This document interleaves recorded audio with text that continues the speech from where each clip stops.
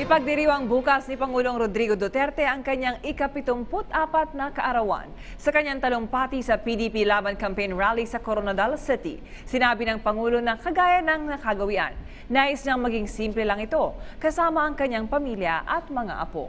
Ikinuwento rin ng Pangulo ang mga nakalipas na pagunita ng kaarawan noong siya ay bata pa lamang. Aniya, simple lang din ito sapagkat siya ay hindi galing sa mayamang angkan. Ayon sa Pangulo, wala na siyang hihilingin pa sa may kapal sapagkat ito ay naipagkaloob na lahat sa kanya, habang ang mga hindi pinagkaloob ay baka nga hindi anya para sa kanya. We had a house in, I remember when I was young, dinadala ako ng nanay ko sa Marawi. But most of the time we stayed with sa Iligan. Alam mo, pagdating namin dito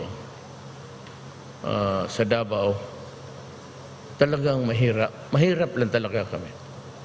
I'm a son of a poor man. Ang history nito, huwag na lang ninyong pakinggan kasi nakukurnihan nga ako.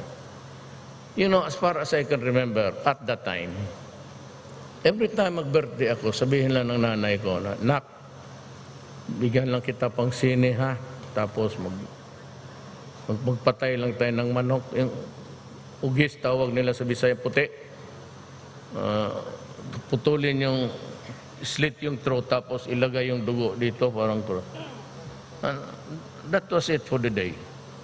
Tapos manood ako ng sine. Magpagupit ka na, tapos magsine.